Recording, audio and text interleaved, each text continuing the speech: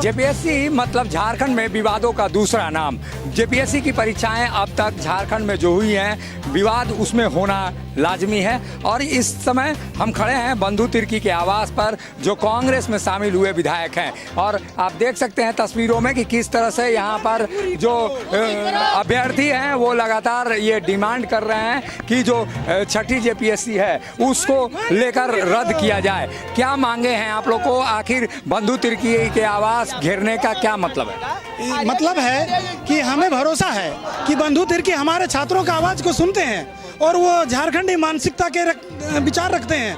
वो हमारी बातों में हमेशा ऊपर चढ़कर जेपीएससी का मुद्दा हो या जेएसएससी का वो साथ देते हैं। इसलिए हमें उनसे उम्मीद है कि वो हमारी बातों को सरकार तक पहुंचाए, क्योंकि सरकार रोड पे हम लोग परेशान हैं काफ़ी समय से, पिछले 5 साल से परेशान है। छठी जेपीएससी 7वीं जेपीएससी जो आया है ये बहुत ही विवादित खड़ा करने वाला है, बहुत यहाँ के छात्रों के हित में नहीं है। हम लोग बार बार यही चीज़ सरकार को आप लोग मीडिया बंधु के माध्यम से पहुँचाना चाह रहे हैं। तो इसमें जो 7वीं जेपीएससी है, यदि आप जानना चाहते हैं तो इसमें बताते हैं कि जो उम्र सीमा का गणना किया गया है, अधिकतम उम्र सीमा उसका 2011 न करके 2016 कर दिया गया है, जो 5 साल बढ़ा दिया गया है। ये बहुत बड़ा, इससे 50,000 झारखंड के छात्र छट जा रहे हैं ऐसे ही बिना परीक्षा दिए ही। दूसरी, हम लोग सिर्फ अवसर मांग रहे हैं। दूसरी परेशानी है कि BC1 का यानी OBC का प्रशासनिक सीट दिया ही नहीं गया है, 0 सीट है।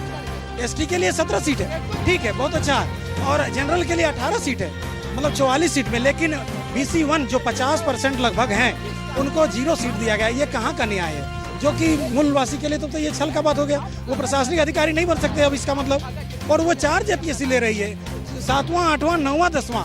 अगर देखा जाए तो आपका छठी जेपीएससी जो था सर, वो 326 सीट रखा गया था उसमें। अब ये 7वीं, 8वीं, 9वीं सीट की संख्या भी बहुत कम है। कम से कम 1000 सीट होना चाहिए था।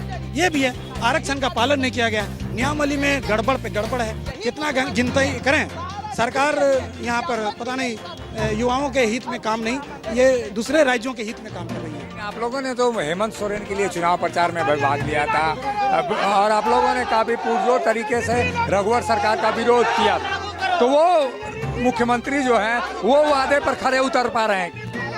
कहाँ, कोई भी काम नहीं कर पा रहे हैं। नाकाम इसको माना जा सकता है एक शब्द में। ये झारखंड के सबसे नाकाम मुख्यमंत्री यदि है कोई तो हेमंत सोरेन, श्री हेमंत सोरेन जी का सरकार है। कैसे? हमारे पास तर्क भी है, हमारे पास फैक्ट भी है।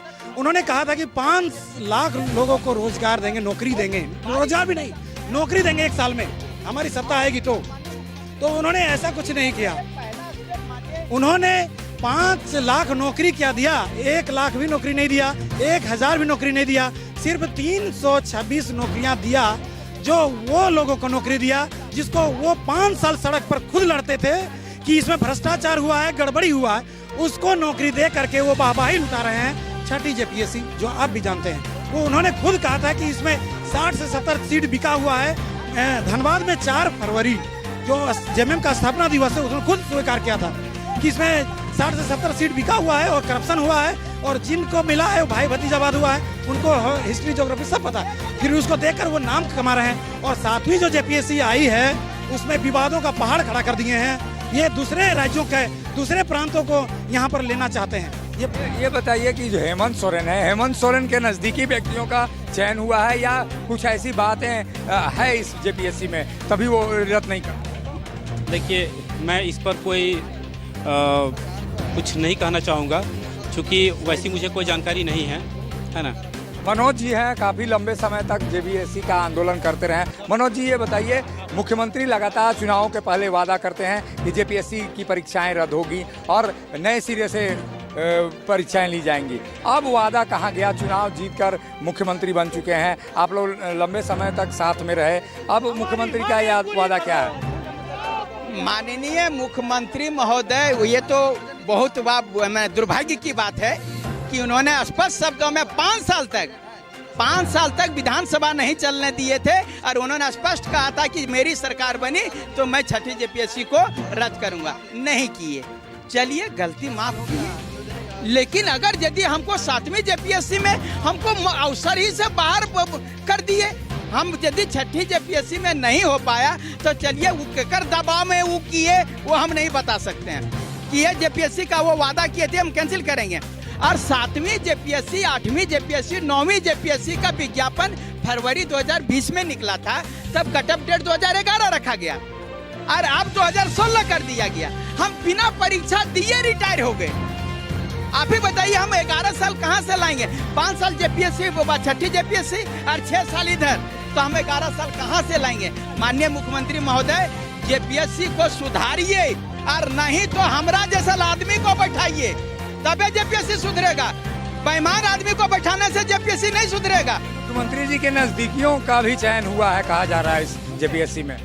हाँ, अगर यदि ऐसा हुआ है तो ऐसी बात नहीं है कि मुख्यमंत्री महोदय के वह करीबी लोग पढ़ने में कमजोर होंगे, ये ऐसा नहीं है। हम नहीं कह सकते हैं कि मुख्यमंत्री का आदमी है तो वो पढ़ने में तेज नहीं होंगे, या इससे कोई रिलेशन नहीं है। उनके चयन हुआ, अगर यदि बगलिंग होकर के किया गया होगा तो ये निश्चित रूप से दुर्भाग्य। आप ऐसे अधिकारी का चयन कर रहे हैं जो खुद अधिकार के बारे में नहीं जानते हैं, वो जनता को अधिकार क्या दिलाएंगे? निश्चित रूप से अधिकारी बन जाएंगे लेकिन झारखंड को खोखला बना देंगे, ये मेरा कहना है। जेपीएससी मतलब कहा जाए कि जो विवाद है वो विवाद खत्म होने का नाम नहीं ले रहा है। मुख्यमंत्री हेमंत सोरेन चुनाव के पहले जेपीएससी की परीक्षाओं को रद्द करने की बात करते हैं, लेकिन मुख्यमंत्री बनने के बाद वो मुकर जाते हैं। अब ऐसे में आप खुद ही तय कर सकते हैं कि इन छात्रों की जो मांगे हैं वो कितनी जायज है। सहयोगी संजय के साथ अशोक कुमार, मुखर संवाद, रांची। जब टूटती है आस, जब थकती है सांस, जब रूठते हैं अपने, मुंह मोड़ता है जमाना, जब अंगड़ाई लेता है संकल्प, फिर बनती है कहानी, बनते हैं अनमिट निशान। देखिए मेरे साथ संघर्ष की दास्तां।